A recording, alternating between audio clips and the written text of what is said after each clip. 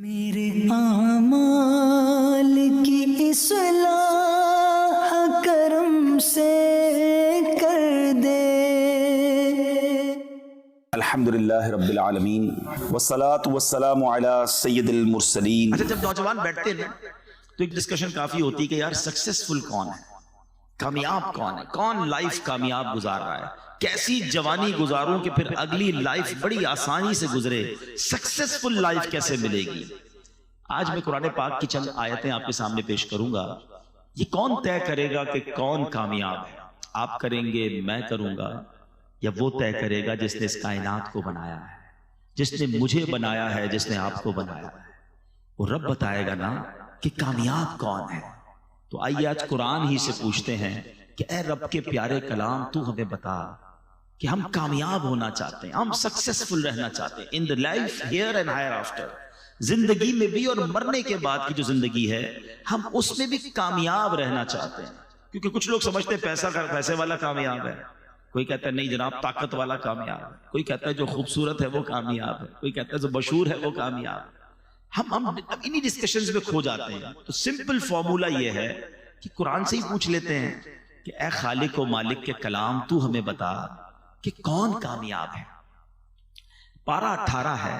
میں چاہوں گا آپ سب سے کہ میں تو آج مختصر اس کی قرآن کی چند آیتوں کی تلاوت کروں گا، ترجمہ بتاؤں گا، تفسیر بتاؤں گا، مگر آپ خود بھی گھر جا کے پڑھیے گا، اس کو نوٹ کر لیں۔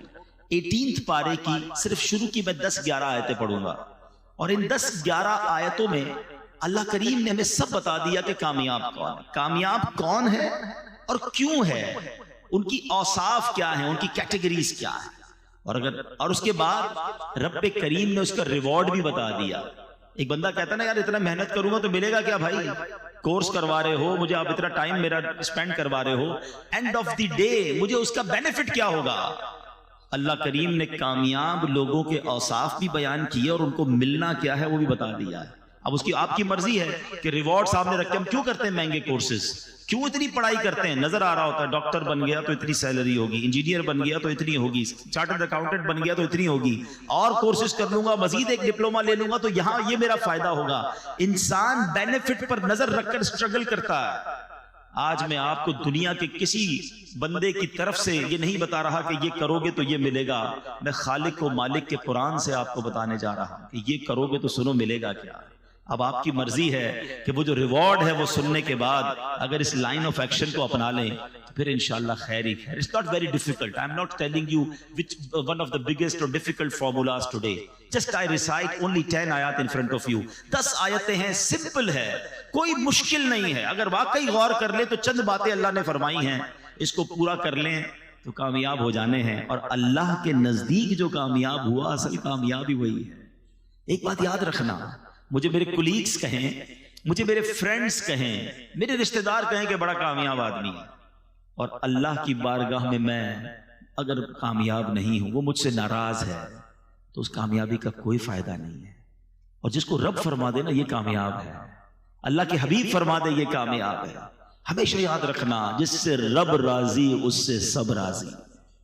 ہاں، ہم سب کو راضی کرنے کے لیے بعض اوقات رب کو ناراض کر بیٹھتے ہیں۔ We have to decide کہ ہمیں اللہ اور اس کے رسول کو راضی کرنا ہے۔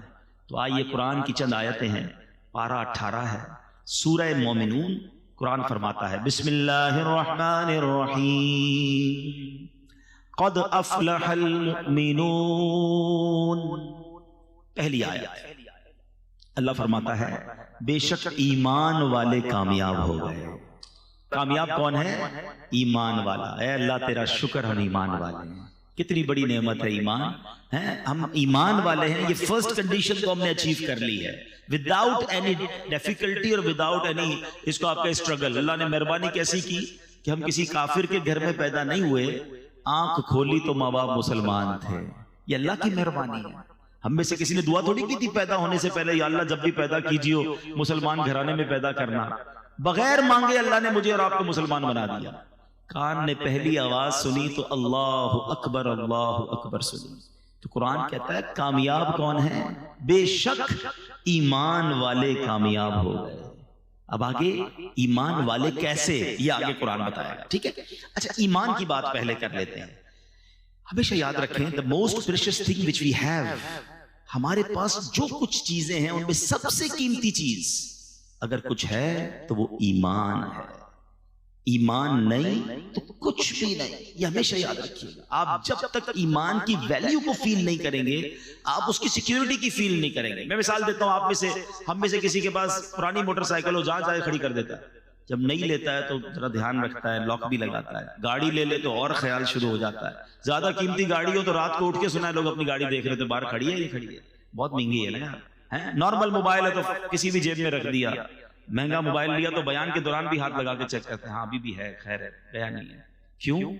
جتنا قیمتی چیز ہے اتنی اس کی فکر ہے. یہ انسان کی فطرت ہے. It's okay. پیسے تھوڑے ہوتے جیب میں رکھتے ہیں, زیادہ ہوتے بینک میں رکھتے ہیں, لاکر میں رکھتے ہیں. لیکن اگر واقعی ہم نے یہ مانا ہے کہ ہماری سب سے قیمتی چیز ہمارا ایمان ہے, تو I have one question for all of you.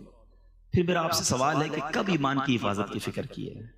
کب سوچا یار سیکیور ہے کہ نہیں, کچھ چھین تو نہیں لے گا؟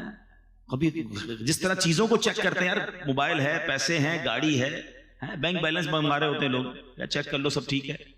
لیکن کبھی کوئی ایسا ہم نے اپنی بیلنس شیٹ نکالی ایمان کی کہ یار ایمان بھی ٹھیک جا رہا ہے کہ نہیں, کوئی گڑبڑ تو نہیں ہو گئی, کچھ چھین تو نہیں رہا, چلا تو نہیں جائے گا. اب ہو سکتا ہے آپ میں سے کسی کے ذہن میں خیال آئے کہ کیا ایمان بھی چھین سکتا ہے؟